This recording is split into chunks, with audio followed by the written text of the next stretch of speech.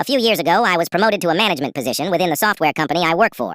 I was told I was hand-picked for the job, and though it was a big promotion, I would not receive a pay increase until I had the team performing at minimum required performance standards. 2 years in, I had the team running the best numbers it had ever seen, far exceeding the minimum standards. Every quarter, I asked to be reviewed for a raise, and every quarter, a reason was found to skip the review. Finally, I brought HR into the mix because, F you, I'm nailing this and busting my ass over here. Miraculously, a date was set for the end of the month. Funny how that works out. Alas, a week before my review date, where I would surely be granted my rate increase, my direct supervisor, a micromanaging weasel of a man, and the CEO of the company, rewrote the minimum requirements to just barely exceed my team's current projected stats.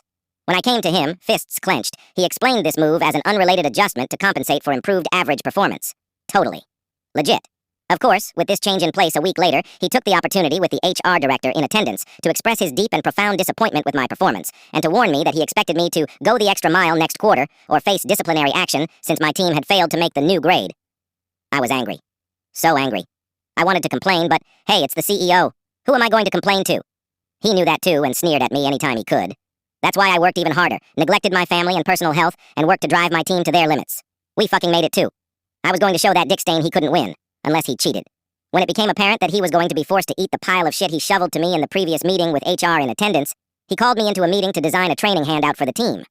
We bounced ideas back and forth, but something was weird. Every time I tried to assign a task to someone or set a due date on the handout, the CEO dodged it. By the end of the meeting, we had accomplished nothing solid, and he tabled the assignment for a later date.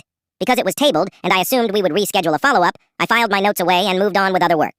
A month after that planning meeting, I was pulled into HR and written up for failing to issue the training handout we had tabled.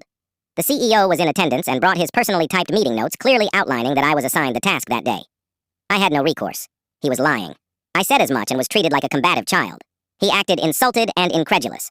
By the end, I was sent home for the day with a demotion off of the team I had built and worked so hard for. I still don't know why the CEO had it out for me. He hired in his most ass-lickingest assistant manager to replace me and told everyone he could how bad I did in that position. I'll never be chosen for something like that again because this fuck decided he didn't like me.